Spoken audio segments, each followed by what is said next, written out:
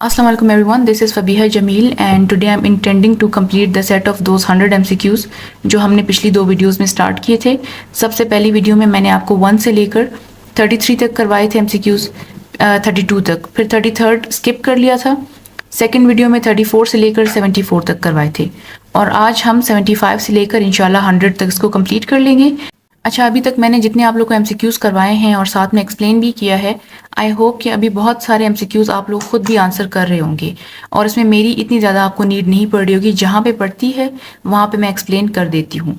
तो अब सबसे पहले है teacher performs practically and explains.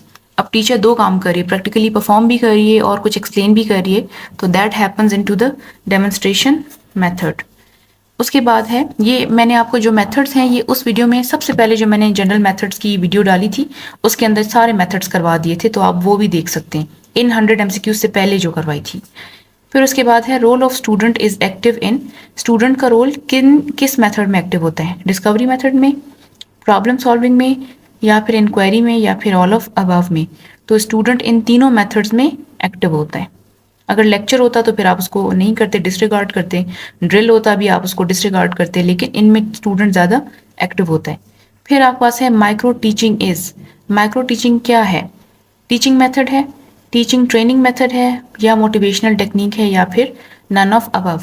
अब मैंने आपको पहले ही बताया था कि ये जो हम माइक्रो टीचिंग या फिर हम माइक्रो लेसन प्लान्स बनाते हैं, those are intended to teach a skill. और इसमें बेसिकली जो ट्रेनिंग हो रही होती है वो टीचर की हो रही होती है कि कितने इफेक्टिव मैनर से टीचर जो है स्पेसिफिक टाइम में अपनी क्लास को वाइंड आउट करती है और बेहतर तरीके से पढ़ाती है।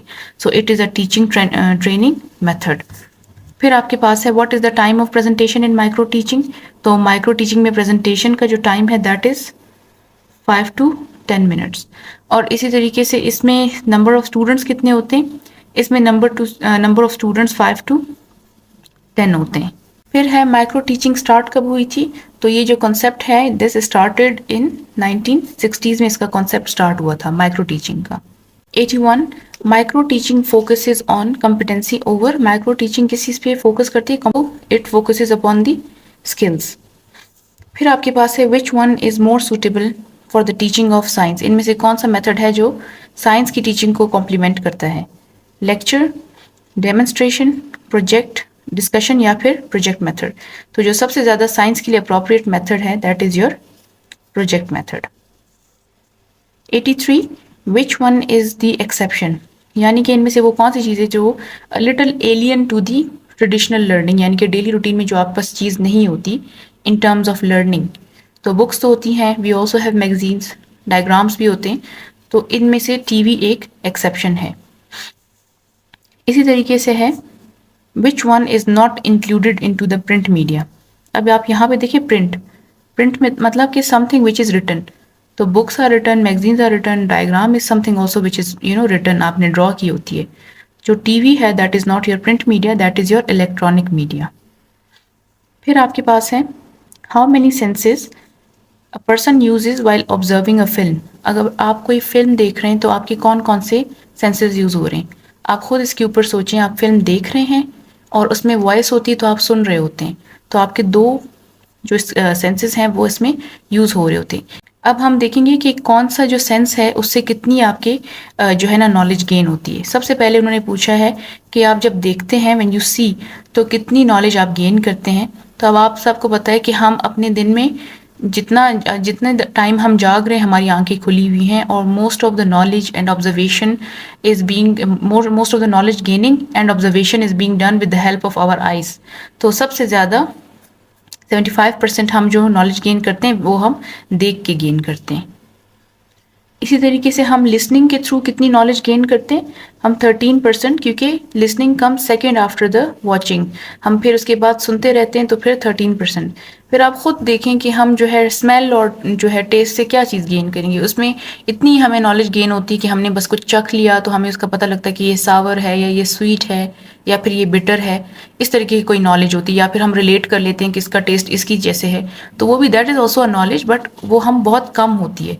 तो यहाँ पे आपके पास जब टच आएगा तो टच से 6% गेन करते हैं नॉलेज। फिर इसी तरीके से आप स्मेल से कितना जो है नॉलेज गेन करते हैं? आप 3% करते हैं, और टेस्ट से भी आप 3% गेन करते हैं, ठीक है। तो सबसे ज़्यादा लिसनिंग है, फिर आपका सबसे ज़्यादा वॉचिंग है, सीइंग, फिर लिसनिंग है, उसके बाद आपका टच है और उसके बाद आपका टेस्ट और स्मेल आ जाता है। 91 according to Thurber the types of models are. अब थर्बर ने 3 टाइप्स ऑफ मॉडल्स बताई थी, जो कि सिंपलिस्टिक, कॉम्प्लेक्स और इसके अलावा एक और है simple. Simple, simplistic and complex हमारे पास 3 मॉडल्स हैं जो कि हमें थर्बर ने बताई थी। 92 mockup models are those which explain.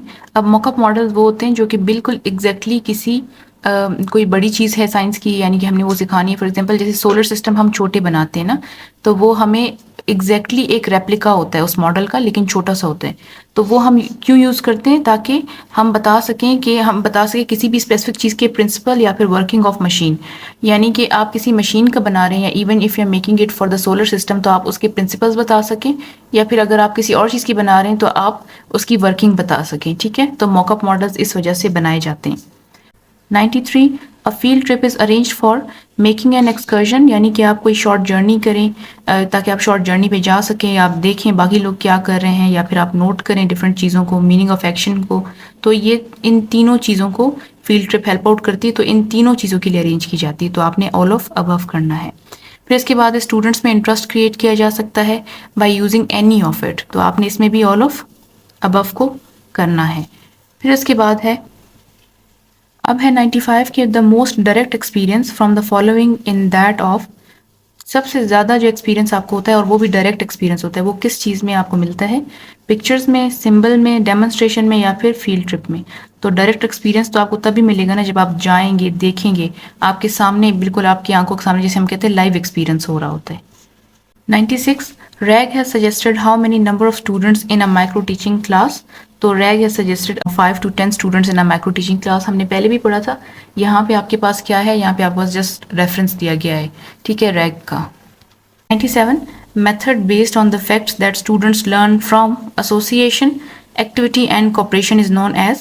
वो मेथड जिसमें स्टूडेंट ये तीनों काम कर रहा है, एसोसिएट भी कर रहा है और एक्टिविटी भी परफॉर्म कर रहा है और कॉपरेट भी कर रहा है, तो वो मेथड कौन सा है? That method is known as project method.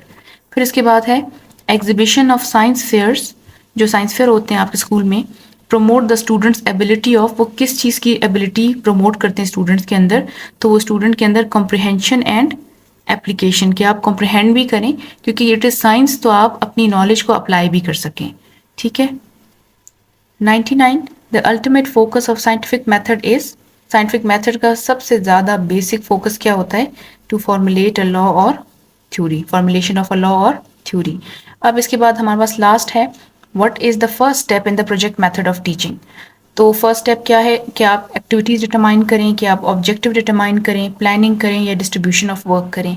तो आप सबसे पहले जो है ना ऑब्जेक्टिव डिटरमाइन करते हैं। ऑब्जेक्टिव डिटरमाइन होंगे, उसके बाद प्लानिंग होगी, क्योंकि ये हम जब क्लासरूम मैनेजमेंट पढ़ रहे थे उसमें हमारा सबसे पहला स्टेप प्लानिंग हो रहा होता है, but this is something else, ठीक है। आप जब लेसन प्लानिंग करते हैं या कुछ भी, तो ऑब्जेक्टिव डिटरमाइन करना ही आपकी प्लानिंग होती है। तो आप प्रोजेक्ट मेथड में या किसी भी चीज़ में सबसे पहले अपने ऑब्जेक्टिव्स डिटरमाइन करते हैं। तो आज हमने 100 तक का ये सेट कवर कर लिया है एमसीक्यूज़ का। I hope you people are liking the videos. So thank you so much and अल्लाह हाफिज़।